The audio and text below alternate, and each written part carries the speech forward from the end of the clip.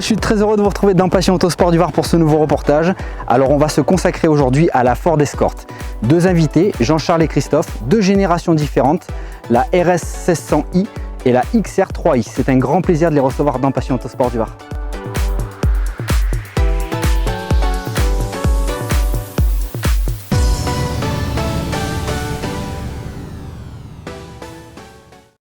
Bonjour, je m'appelle Jean-Charles, j'ai 45 ans et je suis possesseur d'une RS 1600i.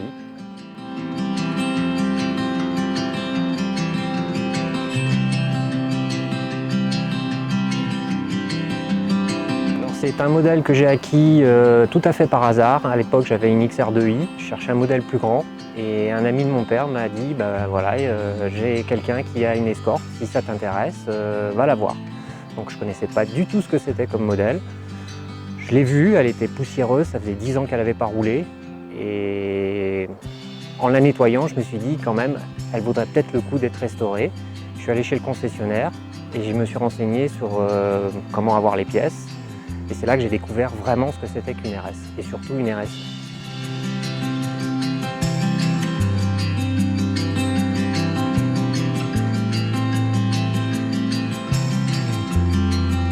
Ce véhicule a été acheté il y a une quinzaine d'années. J'ai fait une restauration au bout de 5-6 ans après l'avoir acheté.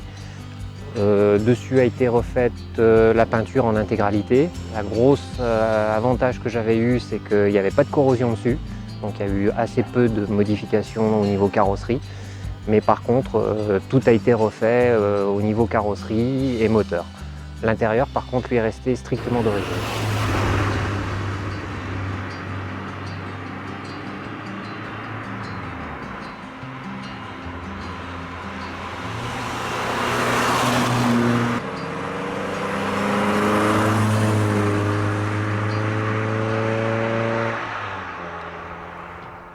Donc c'est une RS 1600i, c'est un modèle un petit peu spécifique, c'est les premières tractions, première boîte 5, premier allumage électronique, première injection, alors qu'avant les anciens modèles étaient en propulsion, carburation.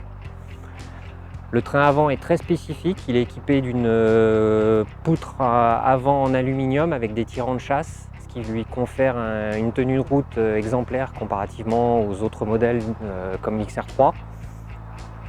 C'était aussi les premiers modèles à être équipés avec des jantes en 15 pouces, alors que les autres étaient souvent en 13 pouces.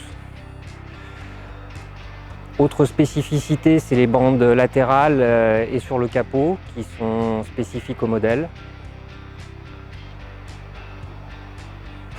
Donc c'est un modèle qui n'est pas tout à fait d'origine. Le kit carrosserie qui est dessus, c'était une option Ford à l'époque au catalogue.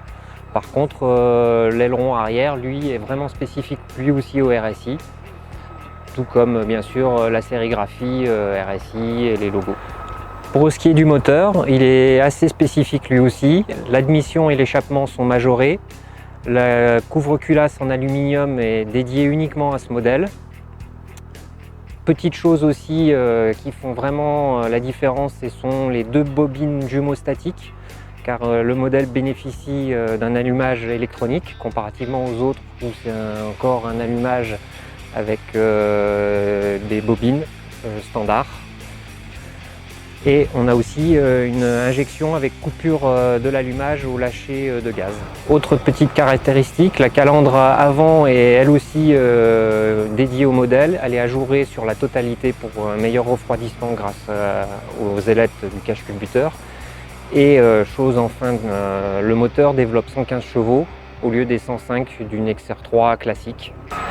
Alors pour la planche de bord, elle est commune aux XR3 de base. Le gros souci de ces planches de bord, c'est d'en trouver une qui ne soit pas fissurée. Celle-ci a la chance de ne l'être que très peu. Il y a un petit appendice au niveau de la console centrale qui est aussi spécifique à ce modèle-là. Et surtout, ce sont les sièges qui, eux, sont vraiment dédiés au modèle. Ce ne sont pas des Recaro, contrairement à ce que tout le monde pense. Ce sont des sièges siglés Ford, mais tout à fait dans l'esprit des Recaro. Les sièges sont siglés Ford RS et non Recaro, comme tout le monde peut le penser. Bonjour, je m'appelle Christophe, j'ai 46 ans. Je suis passionné de Ford Escort depuis tout petit.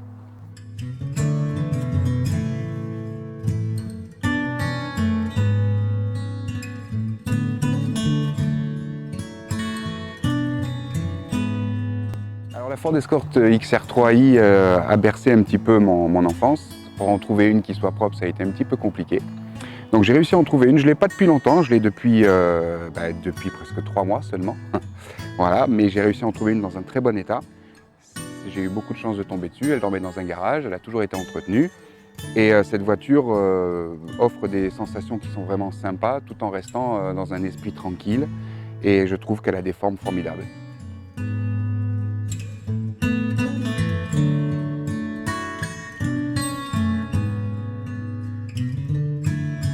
Alors la chance que j'ai, c'est que c'est une voiture que j'ai trouvée entièrement d'origine et dans son jus. C'est-à-dire que j'ai fait absolument aucune restauration. Il n'y a rien qui a été changé dessus.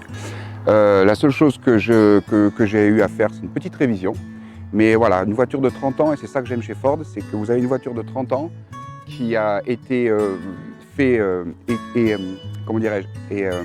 gardée correctement avec un entretien continuel. Ben vous pouvez 30 ans après continuer à la rouler comme une voiture traditionnelle.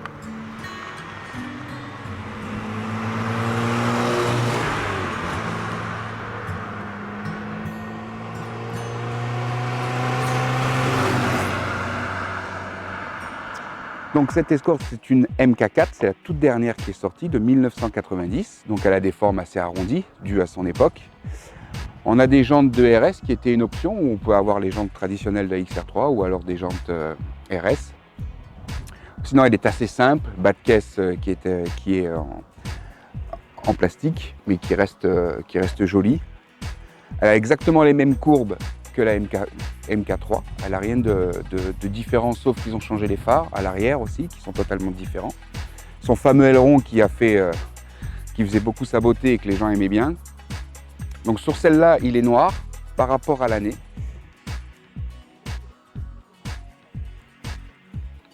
Là, on a une sortie de peau de ville trompette. On a essayé de rester d'époque, mais il n'est pas total. Voilà. J'aurais bien aimé, mais on n'en trouve plus. Donc le moteur, ça n'a pratiquement jamais changé, c'est toujours le 1600 injection, sauf que celui-ci, au lieu d'avoir 105 chevaux comme la MK3, il a 108 chevaux. C'est le moteur EFI. Voilà, donc un tout petit peu plus de puissance. Ça tourne un petit peu moins vite aussi. Quand on est en 5e, on est beaucoup plus à l'aise. Et c'est le même que le MK3 au niveau du moteur. Ça reste à peu près la même chose. Voilà, sauf qu'elle n'a que 3 petits chevaux de plus. Mais sinon, ça reste exactement le même moteur. Au niveau du tableau de bord, c'est un tableau de bord de MK4, donc évidemment ils ont changé un peu tout.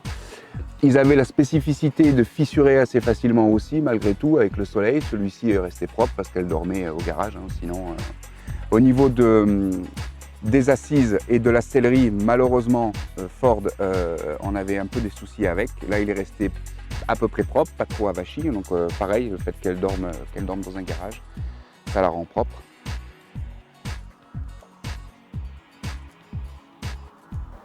Et on a aussi le toit ouvrant chez Ford qui était d'origine, voilà, à la main, bien sûr, il n'était pas électrique, sur 2 positions, donc il se soulève et après on peut le rentrer tout à fait à l'intérieur. C'est vraiment agréable quand on roule.